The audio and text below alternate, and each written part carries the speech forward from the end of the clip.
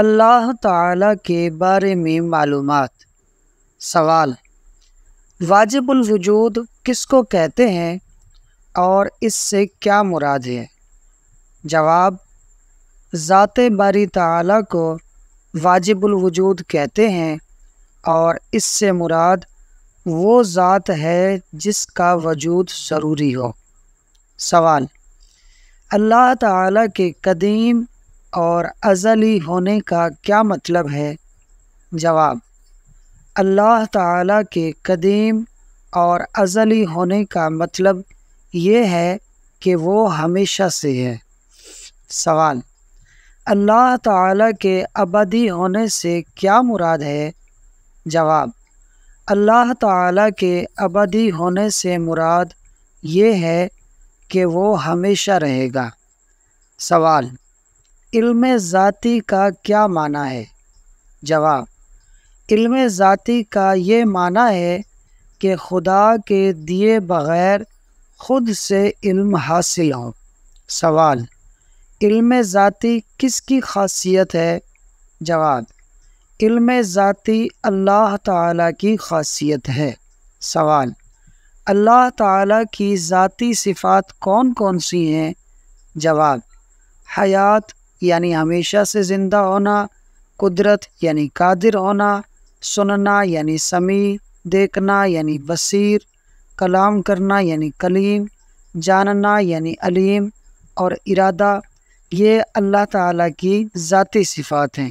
سوال: اللہ تعالیٰ کے قادر ہونے سے کیا مراد ہے؟ جواب: اس سے مراد یہ ہے کہ اللہ تعالیٰ ہر ممکن یعنی پاسبل چیز کو بنانے پر قادر ہے، کوئی بھی ممکن چیز اس کی قدرت سے باہر نہیں ہے۔ سوال: دنیا کی زندگی میں جاگتی آنکھوں سے اللہ تعالیٰ کا دیدار کس کے لیے خاص ہے؟ جواب: دنیا کی زندگی میں اللہ تعالیٰ کا دیدار امام الانبیاء حضرت محمد مصطفیٰ صلی اللہ علیہ وآلہ وسلم کے لیے خاص ہے۔ سوال: آخرت میں کسے اللہ تعالیٰ کا دیدار نصیب ہوگا؟ جواب: آخرت میں ہر صحیح العقیدہ مسلمان کو اللہ تعالیٰ کا دیدار نصیب ہوگا۔ سوال: کیا اللہ تعالیٰ کی ذات و صفات کے سوا کوئی چیز قدیم ہے؟ جواب: جی نہیں، بلکہ اللہ تعالیٰ کی ذات و صفات کے سوا سب چیزیں حادث ہیں، یعنی پہلے نہیں تھی پھر بعد میں پیدا ہوئیں۔ سوال: تقدیر کا کیا مطلب ہے؟ جواب: ہر بھلائی برائی اللہ نے اپنے علم ازلی کے مطابق مقدر فرما دی ہے۔ جیسا ہونے والا تھا اور جو جیسا کرنے والا تھا اللہ نے اپنے علم سے جانا اور لکھ دیا۔ اس سے مراد یہ نہیں ہے کہ اللہ نے جو لکھ دیا وہ کرنے کے لیے بندے مجبور ہیں، بلکہ جیسا بندے کرنے والے تھے ویسا اللہ تعالیٰ نے اپنے علم سے جان لیا اور اسی کو لکھ دیا۔ زید کے ذمہ برائی لکھی اس لیے کہ زید برائی کرنے والا تھا۔ اگر زید بھلائی کرنے والا ہوتا تو اللہ تعالیٰ اس کے لیے بھلائی لکھتا۔ تو اللہ کے علم یا اس کے لکھ دینے سے کوئی مجبور نہیں ہو جاتا۔